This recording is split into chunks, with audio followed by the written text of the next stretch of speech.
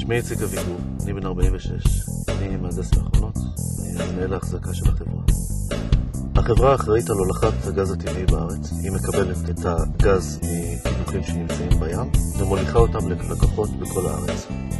התפקיד שלי הוא אחריות על כל החזקה של כל המתקנים שלנו בארץ וכל הפעילות התפעולית שמתבצעת בשטח.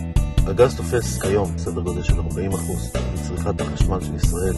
אני גאה שהחברה שמה לה למטרה לשרת את משק האנרגיה של ישראל באמינות גבוהה מאוד ומצליחה לעמוד במשימה. למעשה מגיל צעיר אני רציתי להיות מהנדס מכונות. אנשים לא יודעים, אבל הנדסת מכונות זה מקצוע מאוד מאוד יצירתי, ויצירתיות זה צד שמאוד מאוד חשוב לי בכל מה שאני עושה. לפעמים אתה נדרש באמת להפעיל המון כוח מחשבה והמון יצירתיות כדי לפתור בעיות. יש בזה המון אתגר, ויש בזה המון חדוות עשייה, והמון כיף לעמוד אחר כך ולהסתכל ולראות שאני פתרתי את הבעיה בדרך שלי.